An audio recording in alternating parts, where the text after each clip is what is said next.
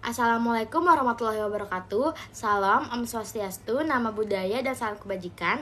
Sebelumnya, terima kasih kepada Bapak Harefan Arif, SEMM, selaku dosen pengampu pengantar ekonomi mikro. Izin perkenalkan diri, nama saya Anissa Triafsari. Di sini saya sebagai pelaku moderator presentasi kali ini, dan di mana di sini saya berpresentasi bersama teman-teman saya yang bernama Ainia Nafila Kansa, Siti Saida Sahla, dan Milda Tama Sugianto. Izinkan kami berpresentasi kali ini dengan materi pasar monopoli pada PT KAI. Jadi saya pertama-tama akan membahas tentang pengertian struktur pasar monopoli. Pasar monopoli adalah salah satu jenis pasar yang paling menarik untuk dipelajari karena berpengaruh besar terhadap perekonomian suatu negara. Di Indonesia, struktur pasar monopoli yaitu adalah situasi pasar yang dimana hanya ada satu perusahaan atau penjual yang menguasai seluruh penawaran barang atau jasa tertentu. Dalam pasar ini, perusahaan memiliki kekuatan penuh untuk menentukan harga dan kuantitas di pasar. Ini bisa terjadi karena tidak ada kompetitor yang cukup besar atau kuat untuk bersaing. Selanjutnya, saya akan membahas tentang apa itu faktor yang mempengaruhi pasar monopoli. Yang pertama adalah hambatan teknis.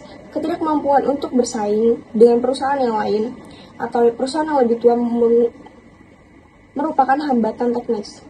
Tiga faktor yang memberikan keuntungan dalam teknik ini adalah: yang pertama, perusahaan memiliki kemampuan dan pengetahuan khusus yang memungkinkan untuk berproduksi dengan sangat efisien. Yang kedua itu ada tingkat efisiensi yang tinggi dan kemungkinan perusahaan monopoli memiliki kurva yang lebih rendah. Yang ketiga itu ada perusahaan memiliki kemampuan untuk mengontrol sumber faktor produksi, sumber daya alam, sumber daya manusia, dan lokasi produksi.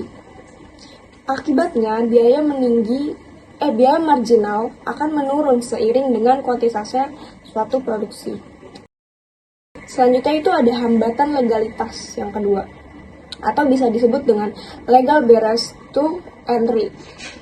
Yang pertama itu ada undang-undang dan hak khusus, yaitu di mana perusahaan yang tidak efisiensi tetapi memiliki daya monopoli. Hal ini dapat terjadi karena mereka memiliki hak monopoli di Indonesia secara hukum. Yang kedua itu ada hak paten atau hak cipta. Dan itu maksudnya adalah tidak semua monopoli diatur oleh hukum yang membuat hak paten atau hak cipta tidak efektif. Membuat hak paten atau hak cipta tidak efektif, misalnya seperti individu yang menentukan atau menemukan suatu ide akan memiliki hak monopoli pada ide tersebut. Nah, itu saya akan bahas ciri-ciri pada pasar monopoli.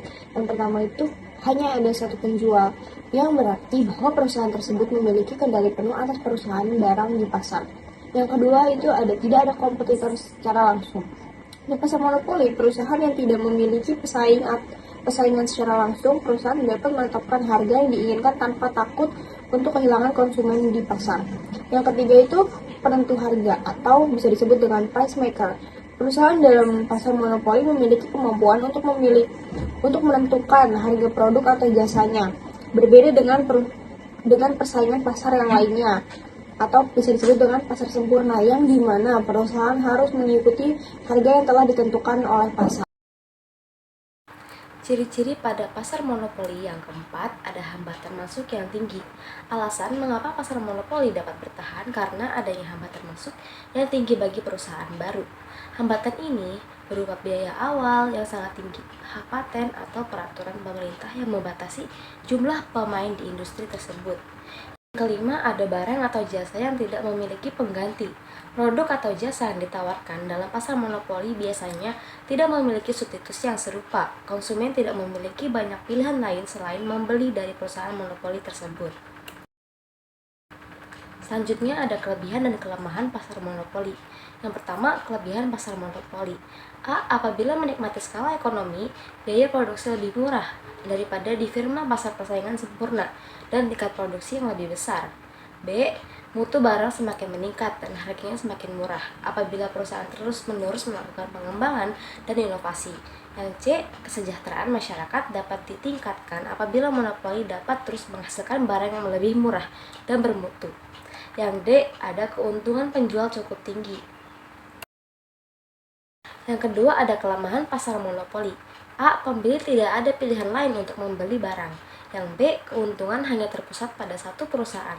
C. Terjadi eksploitasi pembeli.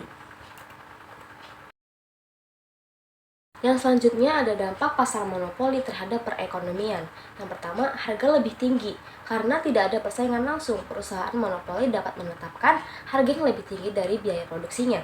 Ini menyebabkan konsumen harus membayar lebih untuk produk atau layanan tersebut. Yang kedua, kurangnya inovasi. Dalam pasar yang kompetitif, perusahaan dipaksa untuk berinovasi agar tetap relevan dan bersaing dengan perusahaan lain. Namun, di pasar monopoli, tekanan untuk berinovasi tidak sekuat di pasar yang kompetitif karena perusahaan sudah memiliki kendali penuh atas pasar. Yang ketiga, ada efisiensi yang rendah. Perusahaan monopoli seringkali memiliki intensif untuk meningkatkan efisiensi operasionalnya karena tidak ada ancaman dari pesaing. Hal ini bisa mengakibatkan inefisiensi dalam produksi dan distribusi produk. Contoh pasar monopoli di Indonesia, terdapat beberapa sektor yang didominasi oleh satu perusahaan saja. Beberapa contohnya yaitu yang pertama itu PT Perusahaan Listrik Negara atau PLN. Perusahaan Persero ini memiliki monopoli atas penyediaan listrik di seluruh Indonesia. Konsumen tidak memiliki pilihan lain untuk mendapatkan pasokan listrik selain dari PLN. Dan hal ini disebabkan oleh infrastruktur dan modal yang sangat besar yang diperlukan untuk bersaing di sektor ini. Sehingga pemerintah memberikan monopoli pada PLN. Nah, yang kedua itu ada PT Kereta Api Indonesia. PT Kereta Api Indonesia adalah contoh lain dari monopoli di Indonesia. Pelayanan transportasi kereta api antar kota tidak ada perusahaan lain yang diizinkan untuk menyediakan layanan kereta api jarak jauh di negara ini. Sehingga KAI memiliki akses penuh atas pasar. Yang ketiga itu Pertamina. Pertamina mendominasi sektor energi khususnya minyak dan gas di Indonesia. Meskipun ada perusahaan lain dari sektor ini, peran Pertamina dalam penyediaan bahan bakar dan minyak sangat dominan. Ini menjadikannya sebagai salah satu perusahaan monopoli yang memiliki dampak besar terhadap pasar energi. Nah, ini di sini kita ada studi kasus pada PT KAI, PT Kereta Api Indonesia. Persero adalah badan usaha milik negara atau BUMN yang sebagai salah satu instrumen pemerintah dalam pembangunan yang sangat penting. Perannya salah satu instrumen dalam pembangunan ekonomi yang khususnya pembangunan pada bidang industri strategi seperti telekomunikasi, transportasi, industri manufaktur, dan lain sebagainya.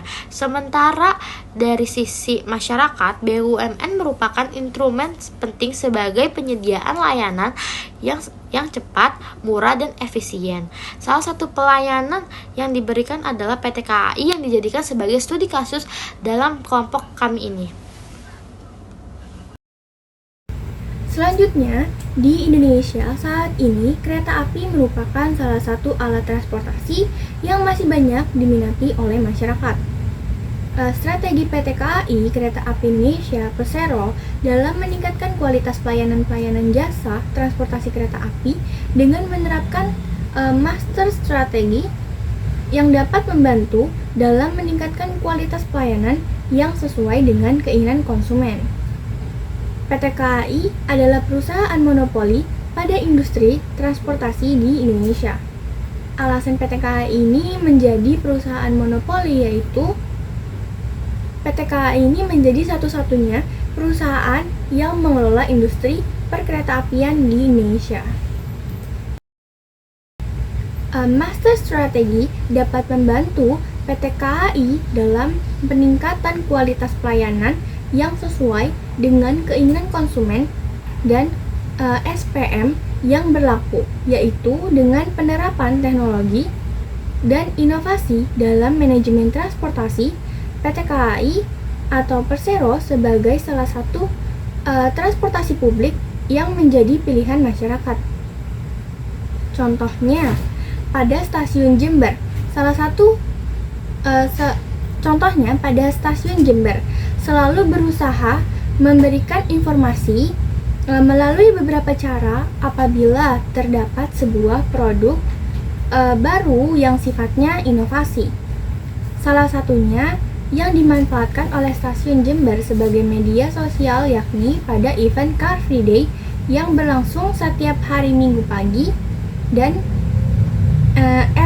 event ini pihak stasiun Jember mencoba memberikan beberapa informasi mengenai kereta api, seperti contohnya ketika adanya sebuah inovasi yang dihadirkan pada stasiun Jember.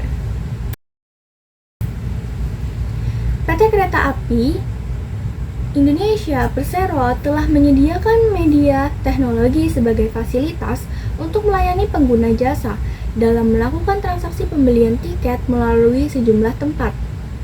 Yang pertama, penjualan di loket PT Kereta Api Indonesia Persero. Kedua, penjualan melalui agen.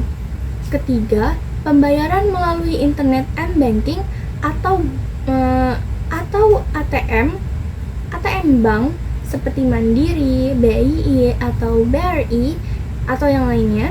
Penjualan atau pemasaran melalui ATM dilakukan melalui call center yang sudah ada kerjasama dengan PT Kereta Api Indonesia atau Persero. Yang keempat, penjualan melalui loket PT Pos Indonesia. Penjualan tiket melalui PT Pos Indonesia dilayani mulai 90 hari sampai 1 hari sebelum keberangkatan kereta api. PT KAI Kereta Api Indonesia. Sekian presentasi dari kami, kurang lebihnya mohon maaf. Assalamualaikum warahmatullahi wabarakatuh.